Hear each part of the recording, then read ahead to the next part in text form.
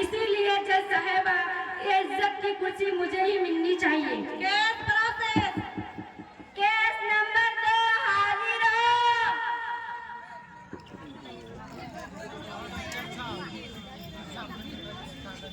जज साहिबा मैं एक वकील हूँ। मैं बड़ी बड़ी मुजरिमों के लिए लड़ती हूँ और लोगों को इंसाफ दिलाती हूँ, सही और झूठ की फैसला करती हूँ। मैंने भी बड़ी मेहनत और कोशिश से मकाम हासिल किया है।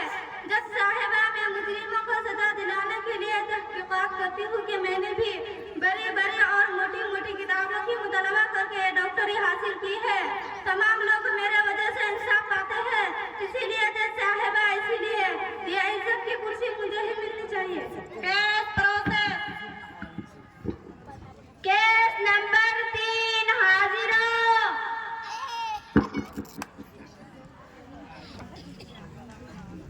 माय लॉर्ड मैं एक इंजीनियर हूँ। पहले जमाने के लोग पोशीदा मकानों में रहकर जिंदगी गुजारती थी, लेकिन आज मेरे आने की वजह से इतनी ऊंची ऊंची इमारतें बनाते और इतनी आलीशान मकानात बनाते, और मैं जब इतनी मुख्तसर जिंदगी को आलीशान बनाते मैं मददगारों की साबित होती हूँ, तो क्यों ना माय लॉर्ड ये इज्जत की कुर्सी मुझे ही मिलनी चाहिए। ये इज्जत की कुर्सी मुझे ही मिलनी चाहिए। Case process. केस नंबर 4 हाजिर हो। माय लॉर्ड मैं एक साइंसदान हूँ। मैंने बड़ी बड़ी और मोटी मोटी किताबों का मुताला करके मकाम हासिल किया है। एक जगह से दूसरी जगह मेरी वजह से जा पाते हैं। जज साहिबा मोबाइल कंप्यूटर टीवी कमरा वगैरह ये सब तो मैंने इजाद किया। जज साहिबा आपके पास वो जो पिस्टल है ना वो भी मैंने इजाद किया। डॉक्टर के पास वो जो आला है ना वो भी मैंने इजाद किया। मुल्क को हमले से बचाने के लिए मिसाइल और टेक्नोलॉजी बनाया, उससे मुल्क की हिफाजत होती है। माय लॉर्ड घंटों का सफर चंद मिनट में तय कर रहे हैं। जब मैंने इतनी सारी चीजें इजाद किया तो जज साहिबा क्यों ना ये इज्जत की कुर्सी मुझे ही मिलनी चाहिए। Case process. केस नंबर 5 हाजिर हो। माय लॉर्ड मैं एक पुलिस हूँ। मैं आप सबको बताना चाहती हूँ कि मैं तमाम मुजरिमों को पकड़ती हूँ और उसको जेल में डालती हूँ, रातों को दौरा करती हूँ। पुलिस की जिंदगी सबसे करीब होती है, लेकिन फिर भी अपनी जान पर खेल के वतन और वतन के लोगों की हिफाजत करती हूँ। हमारे यहाँ एक त्यौहार ज्यादा नहीं कि फिर दूसरा त्यौहार आ जाती है, त्यौहार पर त्यौहार, त्यौहार पर त्यौहार। माय लॉर्ड मगर एक छुट्टी नहीं ली जाती। कभी कभी अपनी जान को अपने धन से अकेले कुर्बान करना पड़ता है। इसीलिए जज साहिबा ये इज्जत की कुर्सी मुझे ही मिलनी चाहिए। Case process. केस नंबर 6 हाजिर हो। माय बाप मैं एक किसान हूँ। सुबह सवेरे खेतों में जाती हूँ और धरती का पसीना चीरकर फसल लगाती हूँ। मेरी भी वजह से इन लोगों का पेट भर पाता है। मैं ना होती तो ये लोग कहाँ से अनाज लाता और कहाँ से खाता। माय बाप हम किसानों को बरसात में भी काम करना पड़ता है, रात और दिन खेतों का चक्कर काटना पड़ता है। माय बाप एक काले कोट वाले साहब क्या करते हैं, एक खाकी वर्दी वाले साहब क्या करते हैं। मोटी मोटी किताबें पढ़कर वो सुकून से खा रहा है। ये सिर्फ और सिर्फ हम किसानों की वजह से। इसीलिए जज साहिबा इसीलिए ये इज्जत की कुर्सी मुझे ही मिलनी चाहिए। Case process. केस नंबर 7 हाजिर हो। माय लॉर्ड मैं एक उस्ताद हूँ। आज आपके सामने उन लोगों ने जो अभी पेश की है वो सब सही है। आप ही बताए जज साहिबा, क्या पेशाब करना माँ के पेट में सीखकर आया है? नहीं जज साहिबा नहीं। बचपन से आज तक उसमें एक उस्ताद का क्या दरा महसूस होती है और एक उस्ताद भी उस मकाम तक पहुँचाता है। अगर उस्ताद ना होता तो नई तालीम कौन देता, पढ़ना लिखना कौन सिखाता? उन सब में एक उस्ताद की जात महसूस होती है, तब जाके मुस्तकबिल में एक अच्छा इंसान बन सकता है। जज साहिबा एक उस्ताद ही की बदौलत अपने मुस्तकबिल को मसनून रह सकते हो और एक अच्छा इंसान बन सकते हो।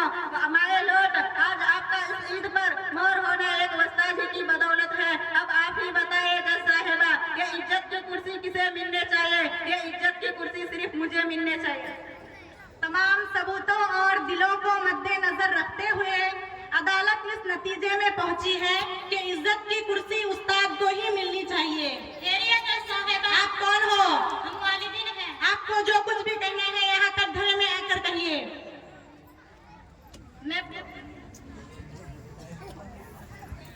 मैं पूछती हूँ जज साहिबा, हमने अपनी तमाम अरमानों की कुर्बानी देकर, अपने जज्बातों की कुर्बानी देकर क्या उनके अरमानों को पूरा नहीं किया? वालिदैन अपनी खुशियाँ बेचकर, अपनी नींदें बेचकर उनको डॉक्टर, इंजीनियर, पुलिस और साइंसदान बनाया। हमें क्या मिला जज साहिबा? हमें क्या मिला?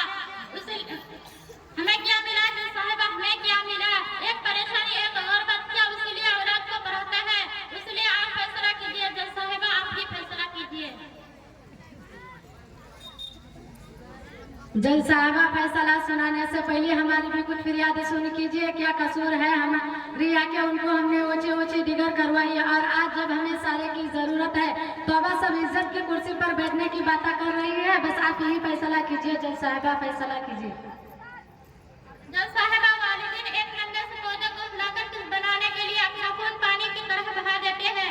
इसीलिए आप फैसला कीजिए जज साहिबा, आप ही फैसला कीजिए।